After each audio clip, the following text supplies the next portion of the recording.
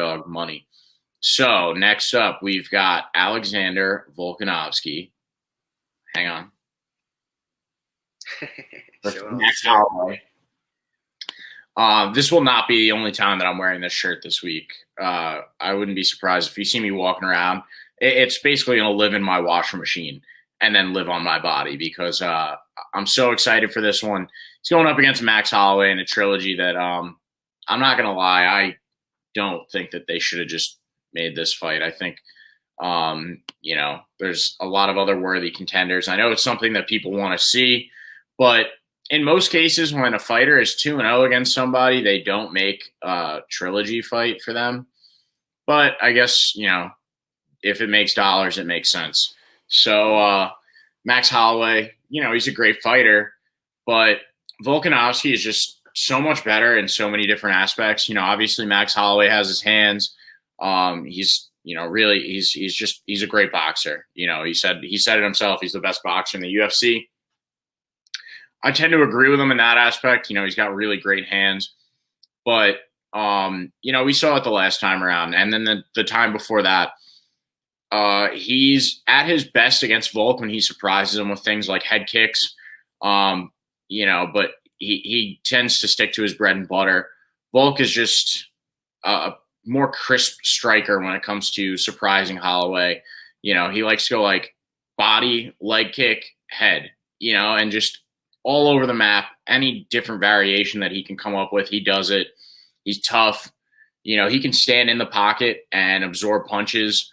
He doesn't have like the best head movement against some guys like Holloway did, exploit his head movement, but he's just so tough. I don't want to completely just drone on about Volk because he is one of my favorite fighters in the UFC. Absolutely love the guy. I'm taking him this weekend if it wasn't clear already. There's just so much he can do here, and I just think he's just a way better, well-rounded fighter as opposed to Max Holloway. He can just do it all, and Max Holloway just really has that stand-up to fall back on.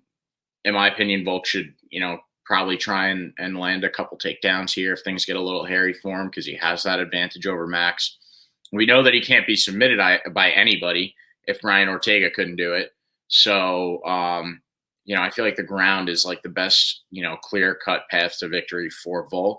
But if he wants to stand with Max, he can do it there too. He's been so active, and he's fought guys that, are known to be strikers. And, like you look at the Zombie, it was a terrible fight from him, but he took a guy that was a legend and a threat and then just made him look like he never stepped into a cage before in his entire life. So, with all that being said, I mean, it's impossible not to go with Volk, in my opinion, this weekend.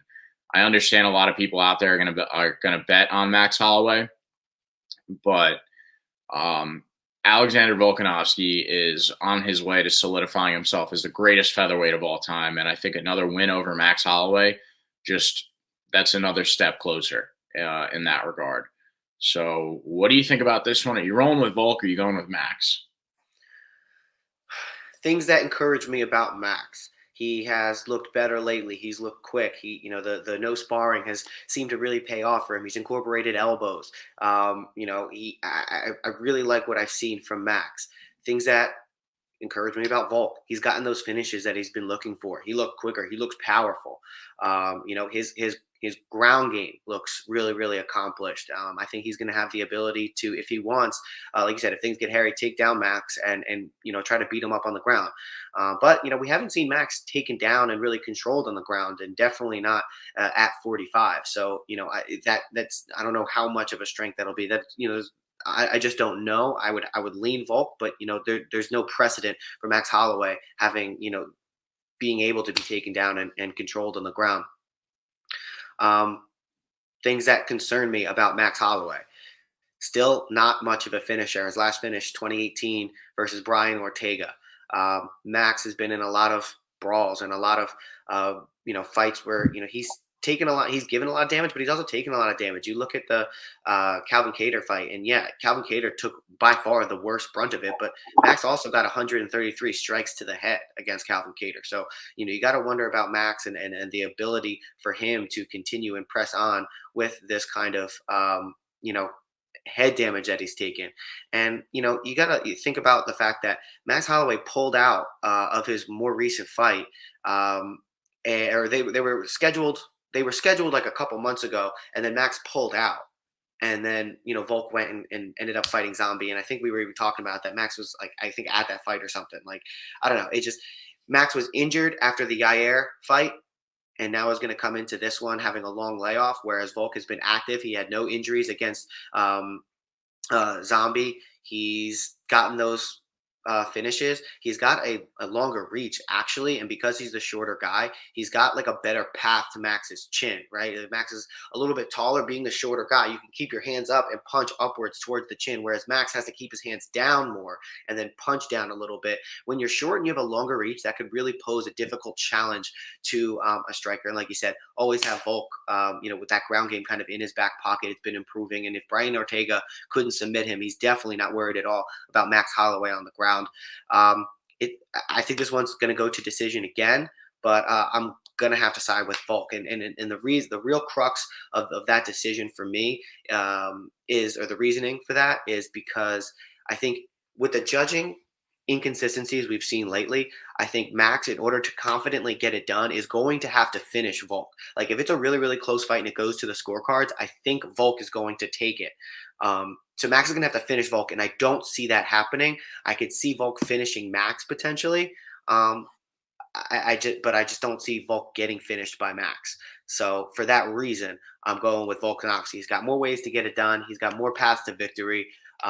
He's been more active. He's been healthy. He's talking about moving up, which concerns me a little bit, but I like the way he's doing it. Sometimes if fighters get a little bit too cocky and looking towards the future, that could really spell doom for what the challenges in front of them. But he's like, I'm worried about Max. I'm worried about Max. If I beat Max, then maybe I go at 155. I think I'd have a really good chance there. But I'm worried about Max first and foremost, like this and that. So I really like the way he's approaching that. If somebody's going to talk about the next fight with a fight in front of them, I think that Volk is doing it the right way. And I think he's a humble guy. You look to him as like, probably one of the better champions, just in terms of like what you would want to aspire to be and what you could say like, hey, this is, what a champion is. This is how a champion lives their life and everything. They talk well. Like he's kind of like, just trying to like he's not like a super cocky champion like a Michael Jordan, or Conor McGregor, to keep it in the sport. I think he's very humble guy, and I think the UFC wants to promote him like that. Unfortunately, he doesn't make